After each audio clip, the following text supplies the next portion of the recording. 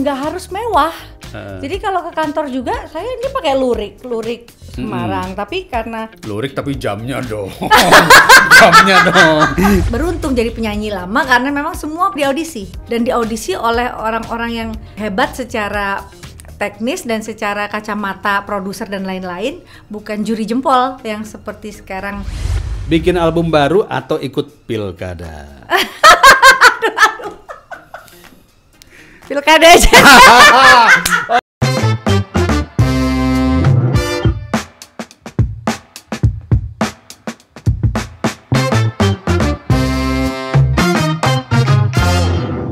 Mereka seneng, saya puluhan tahun jadi penyanyi belum tentu bisa bikinin jalan padat karya, belum tentu bisa bikin balai latihan kerja, belum tentu bisa bawa 9 ton makanan pengganti pengganti ASI buat ibu hamil. Itu saya nangis, itu luar. Apa yang kamu rasakan? Aduh itu luar biasa, ya Allah, itu senangnya. Apa ya? Apalagi sambil kamu peluk ya ibu-ibu itu, saya lihat foto-fotonya tuh kamu maksudnya memeluk itu ibu-ibu. Senangnya adalah bukan kita mencari harum nama kita buat di dapil, enggak. Saya nggak perlu gitu. Cuman kehadiran kita yang memang mereka butuhin gitu. Satu hal kecil yang berdampak di Malang Raya selama ini belum pernah ada BLK misalkan. BLK. Ya. Apalagi banyak PMI di sana. Ya. Oke. Jadi kemarin kita baru peresmian kejuruannya teknik gitu ya. Teknik. Ya, jadi semangatnya tuh luar biasa gitu loh, bahwa Yanti so kerja ya bahasa bahasa gitu, bukan hanya kerja. Sebetulnya mungkin kalau saya nggak punya mitra yang bisa merealisasikan itu juga mungkin nggak terbangun, tapi ketika kita bisa menjadi wakil rakyat, kita bisa menyuarakan hal kecil menjadi sampai ke pusat. Jadi benar-benar ya, saya bangga sama adik saya ini karena waktu saya menemukan katakanlah waktu itu saya kenal Yanti masih lugu banget lah, masih lugu, masih jeans keriting ya. Jeans keriting, tapi dari kecil itu aktingnya sudah hebat. Jadi aktingnya hebat, suaranya bagus. Waduh, luar biasa sekali deh ya. Itu nurun nggak ke anak-anak? Saya kaget loh. Ini kalau memang saya miss ya, saya kecolongan. Aurel saya nggak bisa dampingin les piano, les nyanyi, apa segala macam. Mungkin Aurel bisa lagunya bisa viral apa sih kalau viewer di YouTube, subscriber ya meledaknya langsung 10 juta apa segala macam. Tapi itulah mentality artis itu adalah turun, bikin konser, menjelang produksi konser itu kan yang di tempat latihan saya sama Pak Erwin Gutawa kayak apa latihan, dikasih lagu Aceh, dikasih lagu Jawa, harus nembang, harus ini. Nah, kompetisi untuk melatih diri kita itu akhirnya menjadikan kita, partisipasi kita sebagai seniman itu terjaga gitu. Melatih, latihan, terus deg-degan, terus konser kan pakai 150 piece orkestra. Itu mereka bukan pemain pengiring, bukan. Mereka semua seniman, kita harus blending sama mereka, latihan 30 hari. Kayak gitu. Nah, banyak yang sekarang keenakan cari duit off air, show nggak mau bikin konser. Karena konser itu jelas memang dibayarnya 1 kali, tapi latihannya berkali-kali. Nah, tapi kalau latihan itu kan yang bikin menempa kita menjadi hebat. Nah, saya nggak mau lagi nih kecolongan, walaupun saya udah diwanti-wanti sama Raul, kamu nggak bisa paksakan Amora kalau memang nanti peta nasibnya bukan jadi penyanyi gitu. Tapi setidak-tidaknya saya ingin menanamkan jiwa anak-anak yang Amora, kecil-kecil. yang kecil. Amora. Umur berapa? 9 tahun. Suaranya bagus. Saya nggak nyangka. Saya kemarin baru rekam suaranya lagi. Saya umur 9 tahun belum nggak bisa suaranya kayak dia. Suaranya tuh anak-anak zaman sekarang lah gitu, yang low-nya dapet, jazz-nya dapet, tapi stabil, terus dia hearing-nya bagus, suaranya bulat gitu. Nah, menanamkan musik ke mereka supaya mereka melatih punya rasa. Sama ketika di politik juga, ternyata kita jadi seniman, kita jadi punya rasa kan. Karena yang terlatih selama bertahun-tahun itu adalah empati, simpati, rasa itu ya. Karena begini, Yanti tahu sekarang di era digital, semua artis itu sudah menyanyi di YouTube. Dan dengan harapan nyanyiannya jadi viral dan akhirnya lagunya terkenal. Itu kan sesuatu yang berbeda dulu. Yeah. Ketika KD membuat lagu. Nah, kira-kira apa yang menurut KD terjadi perubahan signifikan dalam dunia menyanyi, dunia inilah, dunia musik?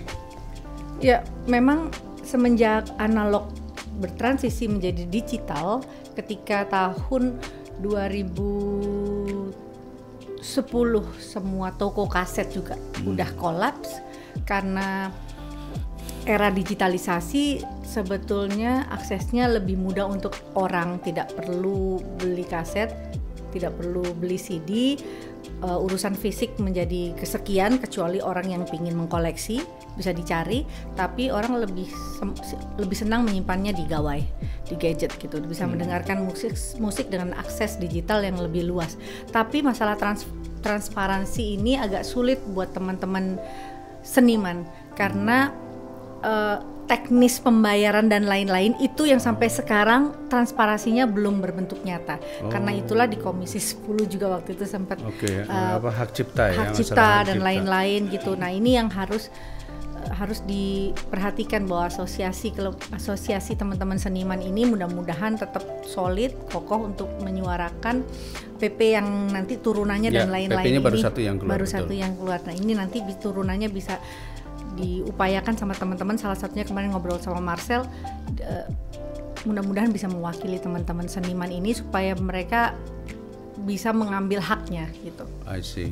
Jadi maksudnya lagu itu zaman sekarang gampang viralnya, tetapi belum tentu mendapatkan ekonomi kepada si artisnya ya. Mungkin ekonomi artisnya ya diundang TV untuk perform off air, tapi untuk legacy itu menjadi milik dan bisa menjadi apa? Kayak misalkan lagu Mencintaimu itu saya Warner Music dan saya punya warisan gitu loh.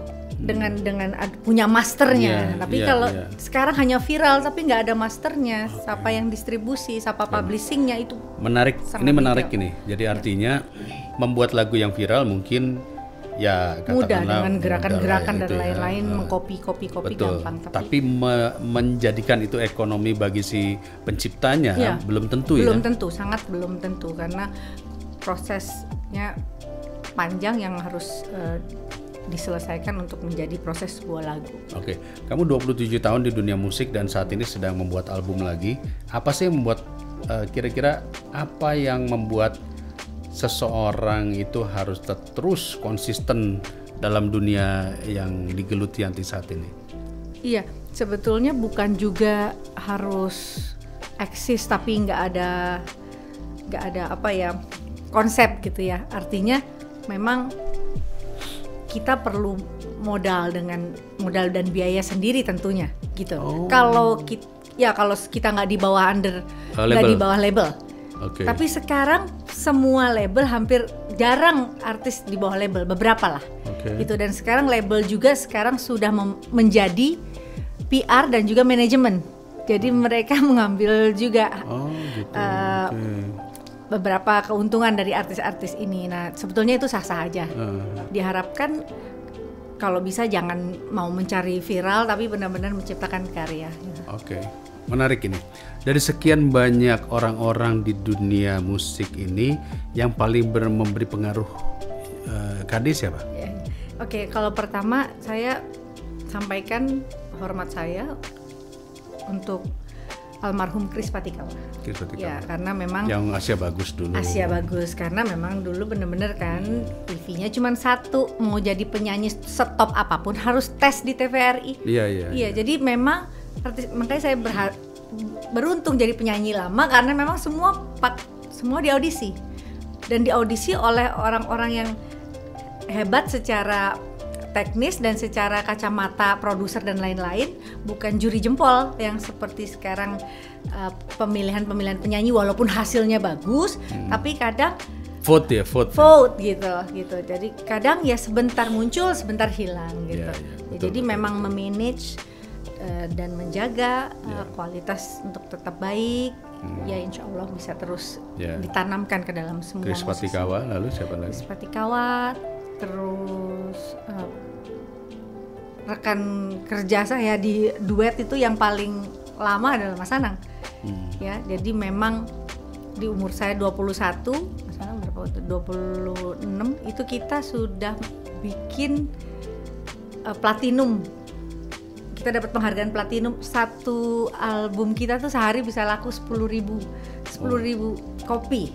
Jadi itu memang meledak sekali ya tahun 98. Jadi memang secara garis takdir memang nggak ketemu di jodoh ya, insya Allah memang itu udah jadi legacy juga. Itu legacy. jadi haknya Aurel sama Azriel nanti. Misalkan nanti dia anaknya mau nyanyi lagu pipinya apa ya sih, itu udah haknya. Gitu. Ini menarik. Saya ada satu hal yang sekarang saya mau gali soal politik sedikit nih ya. Jadi KD sudah bermetamorfosa begitu banyak, bahkan mendorong anaknya juga untuk menjadi seorang public figure, ya tentunya dengan menjaga segala aturan-aturan main, ya. Menikah juga dengan kultur yang berbeda. Tetapi ada satu kesamaan, yaitu politik. Karena ternyata Raul juga adalah seorang politisi di Timor, ya. Nah, hal-hal politik apakah itu yang diajarkan juga kepada KD atau itu yang membuat kamu tertarik kepada politik? Sebetulnya siapa sih yang membuat kamu memutuskan untuk saya mau masuk politik? Ya, memang politik oriented itu memang sudah jadi perbincangan kita dalam saya 10 tahun bersama Raul gitu. Artinya kita lebih seneng ngomongin politik gitu loh, apalagi politik. Jarang ngomongin nyanyi ya malah ya. Kecuali ngomongin Iwan Fals, Raul ngefans sama Iwan Fals. Okay. Gitu. Dan dia kepingin, maksudnya bahwa saya terjun ya udah nggak boleh setengah-setengah. Jadi berbuat yang baik, betul yang seperti A sampaikan tadi, tidak ada mewakili warna politik, tapi berbuat untuk bangsa dan negara. Jadi kasih kesungguhan, kamu wakil rakyat tidak mewakili saja rakyat Malang Raya, tapi seluruh rakyat Indonesia. Dengan kemampuan kamu, totalitas, mau belajar, dan alhamdulillah itu yang menjadikan Raul juga percaya bahwa apa yang saya lakukan di lembaga ini dengan penuh kepatuhan. Gitu.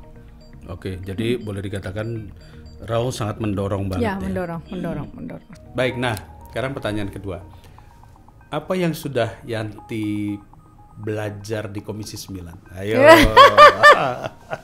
Ya Komisi 9 ini memang saya itulah tadi kenapa saya memilih di Komisi 9 itu karena memang sosial kemasyarakatan lebih berdampak untuk saya itu mewakili kepanjangan tangan dari pusat ke daerah. Jadi ketika saya tahu dan mempelajari, ya ampun mitranya tuh banyak, dan dari mulai ketenaga kerjaan, di mana tadi banyak sekali program-program tenaga kerja mandiri, terus padat karya. Kita juga kemarin baru tahu Kementerian Tenaga Kerja mensurvei dari kartu prakerja itu, dari insentif yang diberikan 600.000 kali 4 ada 3.600.000, itu malah nomor 1 dihabiskan uangnya untuk beli sembako. Pulsa. What? Pulsa, kuota dan sembako iya. Tapi maksudnya kan itu insentif itu kan intinya adalah untuk memberikan para pekerja ini bertahan hidup. Oke, dan melatih vokasi mereka. Gitu. Dan ternyata memang secara survei malah kehabisan untuk pulsa tadi gitu. Untuk ngapain pulsanya itu? Ya, nah itulah ya, entah itu untuk anak-anaknya yang sekolah, tapi kan di Komisi 10 juga udah dapat juga gitu loh. Jadi nah itu juga jadi bahan perhatian, dan kita di Komisi 9 semua kaget di survei itu kenapa kuota dan pulsa menjadi list nomor 1. Masyarakat kita itu lebih baik beli pulsa daripada beli sembako gitu. Sembako nungguin bansos. Ya? Aduh, ya kayak gitu kan, dilema seperti itu gitu. Dan Kementerian Kesehatan dengan besarnya APBN untuk kesehatan ini kan juga berarti kan kita mesti tahu bahwa memang kesehatan itu hak dasar rakyat Indonesia. Makanya ketika vaksin ini harus digratiskan dengan apapun caranya, jangan sampai ada rumah sakit yang main-main yang menggunakan sebelum divaksin harus tes darah dan lain-lain, yang itu sudah kedengeran sampai saya. Iya, jadi ada beberapa rumah sakit yang mengharuskan sebelum suntik vaksin itu harus tes darah, dan itu udah berapa ratus ribu kan yang dikeluarkan, dan akhirnya bermain di situ. Nah, jadi mencari tambahannya dari tes darah. Betul. Mahal, tes darah juga lumayan. Betul gitu. Jadi jangan sampai rakyat lagi yang disengsarakan karena ini. Gitu. Jadi tolong Yanti sebagai seorang anggota Komisi 9 sampaikan kepada masyarakat, di sini nanti kamu ngomong. Sebetulnya orang yang ingin divaksin itu hanya cukup dites tensinya saja. Betul. Dan tanya jawab sama dokter, nggak perlu tes darah. Betul. Silakan nanti jelasin juga masyarakat nih. Jadi memang seperti yang sudah disampaikan oleh Presiden Jokowi bahwa vaksin ini adalah hak setiap rakyat Indonesia. Wajib jangan sampai kita juga terpancing untuk adanya virus vaksin envy, ya. Jadi jangan sampai juga kita menjadikan masyarakat yang belum divaksin mereka punya iri hati dan merasa tidak diperhatikan. Nah, ini di Amerika sudah begitu. Ya, ada vaksin envy ini. Jadi jangan sampai mereka yang belum divaksin pasti akan mendapatkan kesempatan untuk divaksin. Ada gilirannya sampai di akhir tahun, dan bahkan di Korea Selatan juga, yang mana mereka adalah negara kedua yang terdampak setelah di Wuhan, mereka sendiri masih menunggu vaksin nasional. Jadi mereka baru akan divaksin di Juli 2022. Jadi jangan khawatir, pastikan jangan sampai harus mau mengorbankan atau mengeluarkan uang hanya untuk mendapatkan vaksin. Pastikan pemerintah akan hadir, negara akan hadir untuk memberikan vaksinasi secara gratis kepada seluruh rakyat Indonesia. Luar biasa, ini baru kerasa anggota DPR nih kalau lagi kayak begini. Gitu, Yanti dulu jual suara lah katakanlah ya, sebagai seorang penyanyi, kamu menyampaikan suara. Nah sekarang sebagai seorang legislator, parlemen itu adalah suara. Apa yang kamu suarakan saat ini di DPR? Secara lintas komisi kita semua bisa bekerja, artinya pemberdayaan perempuan ini juga harus menjadi keterwakilan saya, walaupun saya di Komisi 9. Semakin banyak perempuan mau melakukan transformasi untuk melakukan kesetaraan gender antara perempuan dan laki-laki, akan semakin banyak perempuan yang kehadirannya diikut sertakan dalam pembangunan. Jadi partisipasi kita walaupun secara komisi kita duduk di Komisi 9, Komisi 11, tapi partisipasi kita sebagai perempuan harus dimaksimalkan di setiap komisi supaya nanti di 2024 tidak saja perempuan itu full untuk mengisi kuota, tapi perempuan-perempuan yang memang sudah siap menjadi anggota parlemen, menjadi legislator yang handal dan mampu menyuarakan suara kita mewakili rakyat. Gitu. Kalau di komisi apa yang kamu concern banget? Ya, saya concern di kesehatan. Ya, untuk urusan stunting semua diurus oleh BKKBN. Oh bagus dong. Ya. Dulu kan dipecah-pecah. Ya dipecah-pecah. Ya, jadi saya senang karena memang target untuk penurunan angka stunting di 14% itu di tahun 2024 mudah-mudahan bisa terrealisasi. Artinya. Sekarang masih 30%? Ya, nah sekarang di 24. Sudah turun ya? Ya. Okay. Sekarang di 24 dan mudah-mudahan di 2024 nanti bisa mencapai di 11 sampai 14, artinya setiap tahun harus turun 2,7%. Itu perlu kerja keras dengan biaya yang tidak sedikit. Kita sebagai anggota terus harus turun untuk melakukan sosialisasi, edukasi dan informasi terus tentang pelayanan ini. Apa yang kamu rasakan terberat di dalam DPR? Pola apa? Karena saya dengar Komisi 9 ini adalah komisi yang rapatnya selalu sampai malam, sampai pagi. Apa yang kamu rasakan terberat? Karena saya mengalami generasi pandemi, baru setengah tahun baru 3 bulan kerja, terus kita dihajar pandemi, yang semua bekerja yang tadinya lebih memakai gestur pembelajaran dari mendengar secara langsung, saya bisa mencatat, terus tiba-tiba semua harus work from home, harus digital, dan itu jadi penghambat. Dan saya turun ke dapil juga jadi menghambat, karena Malang Raya juga teman-teman semuanya juga pasti ada keterbatasan untuk turun ke dapil, mengingat harus menjaga protokol kesehatan, di mana semua rakyat kan pasti pingin curhat, kita menyerap aspirasinya, kadang mereka mau peluk, mau ngomong apa aja juga boleh, sekarang terbatas dan hanya bisa diwakili dengan teknologi. Ya, mudah-mudahan pandemi ini bisa cepat segera berlalu dengan adanya pencapaian herd immunity 70%, insya Allah dengan lembaga yang lebih transparan ini bisa menjadikan marwah DPR dan juga anggota itu bermartabat. Mungkin itu. Oke.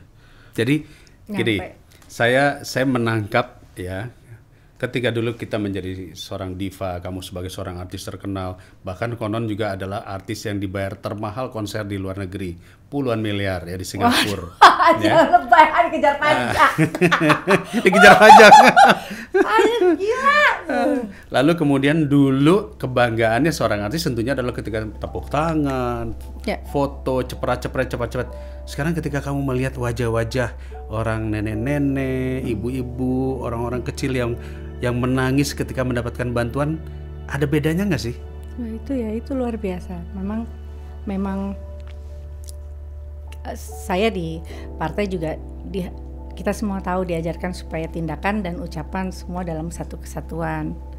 Ketika kita memperhatikan dan menyakiti rakyat kecil, itu akan menjadi satu kesalahan besar buat kita. Jadi memang itu yang terjadi nggak adalah sebuah ketulusan yang murni.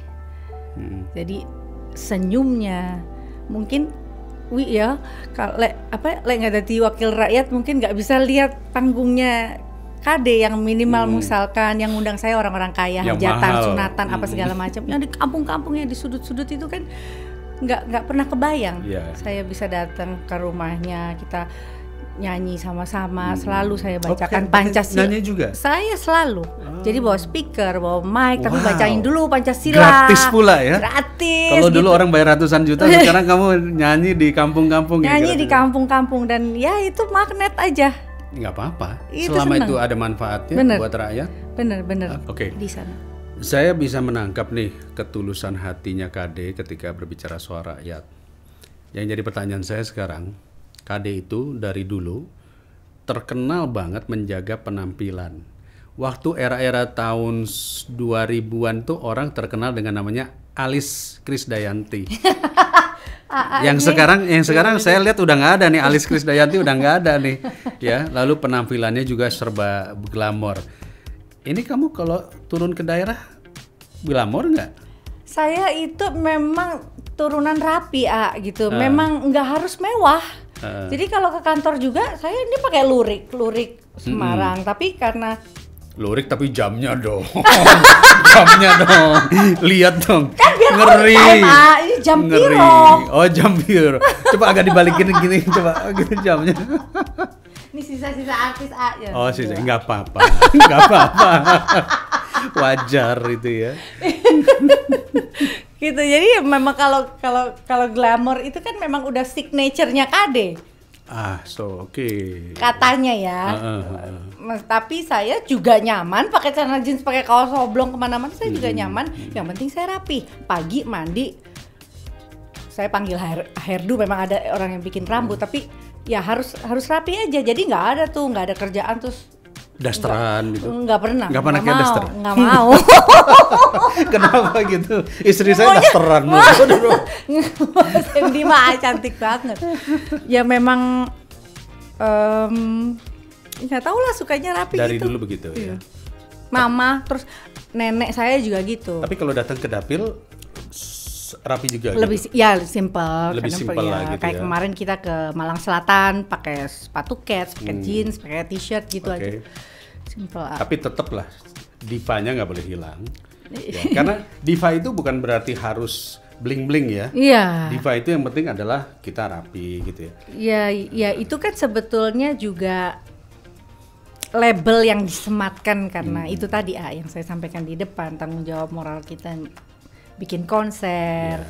Terus apalagi tiketnya bisa sold out, bisa singelong sama fans gitu. Sama lah dapat penghargaan FF. Ingat nggak kita dulu sinetronnya? Iya. Gadis Manis Dalam Gerimis menang loh, dapat penghargaan. Jadi dulu saya pernah bikin serial TV Jendela Rumah Kita, salah satu pemainnya adalah Yanti.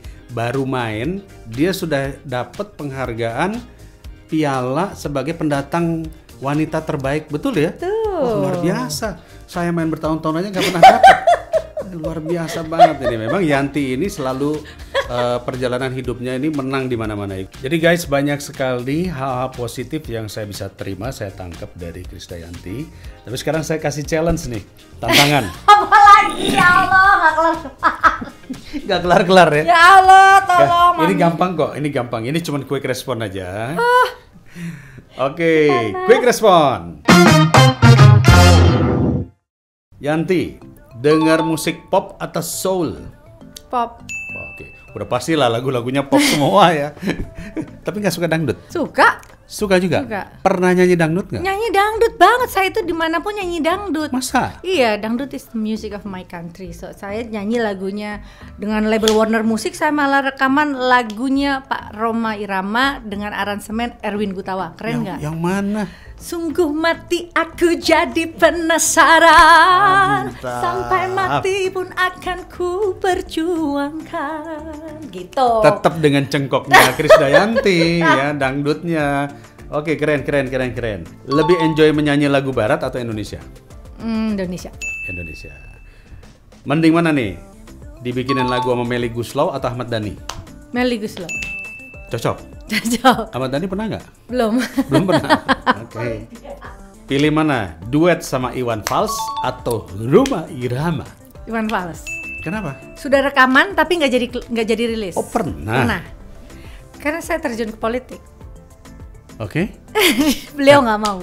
Oh begitu. Iya, jadi awalnya sudah bikin. Sudah bikin. Mungkin lagunya ada kritik-kritik sosial. No. Enggak. Dia nggak mau rekan duetnya Masuk mewakili di politik. partai tertentu atau politik. Oke. Oh itu Gitu. integritasnya Ya, beliau ya. Ya, itu jauh sebelum saya terjun ke. Tapi kenapa sama Rhoma Irama nggak mau duet? Kan barusan sudah menyanyikan lagu Rhoma Irama. Iya, udah pernah show. Udah show Kan bareng. udah beberapa kali show bareng. Jadi kalau misalkan kalau disuruh pilih yang belum. Oke. Baik. Konser indoor apa outdoor? Indoor. Indoor ya? Ya. Kalau outdoor nggak cocok? Kalau indoor itu secara akustiknya terjaga, ya kan, terus emosinya. Nggak perlu teriak-teriak. Tetap harus kita nyanyi, tetap harus menghibur penonton kita yang paling belakang. Jadi kalau misalkan kita indoor kan kita balancing soundnya tuh enak gitu. Oke. Kalau outdoor suara kita lebih delay. Oh. Jadi kedengeran kemana pentang-pentung. Oke. Kolaborasi dengan band Ungu atau Slang? Slang. Udah pernah? Sering. Sering. Kenapa sama Ungu nggak ini?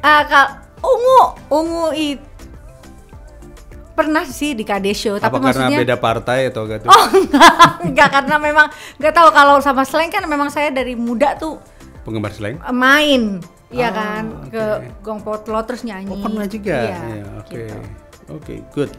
Terjun bisnis properti apa restoran? Restoran. Karena untungnya pasti kalau makanan 100%. Udah ada belum?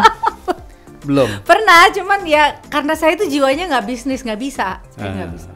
Kalau restoran ya kita makan melulu sih. Iya. Terakhir, bikin album baru atau ikut pilkada?